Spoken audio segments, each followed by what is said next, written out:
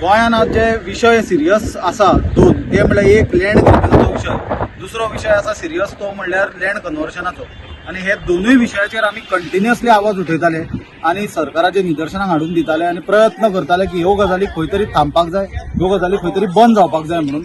पण आमी पळयला फाटल्या काही काळान की लँड ग्रॅबिंग आणि लँड कन्वर्शन जी चल्ल्या मोठ्या प्रमाणात ती सामकी अनकंट्रोल चालू आसा आनी ताजेर कसलोच कोणाचो कंट्रोल ना.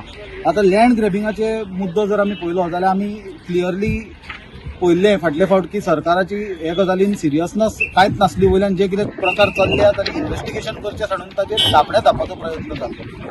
आमी प्रायम मिनिस्टराक लेटर केला, प्रायम मिनिस्टर नरेंद्र मोदीक लेटर केला आनी ताचे कडेन दोन मागण्यो केल्या. पयली मागणी म्हणल्यार जी लँड ग्रॅबिंगाच्यो ज्यो गोंयांत केसी जाल्यात 2022 पासून ज्यो सुमार 40 वयर एफआयआर जाल्ल्यो, 90 वयर प्रॉपर्टी इन्वॉल्ड आसलेल्यो, अशें लक्षांत आयलां की हातूंत कसलेंच इन्व्हेस्टिगेशन ना आनी बीजेपीचे जे गोवा गव्हर्नमेंट आसा हेडेड बाय डॉक्टर सावंत ते कसलेच सिरियसनस दाखयना ही गजाली इन्व्हेस्टिगेट करपाक आनी ते कल्प्रिटांचेर एक्शन घेवपाक.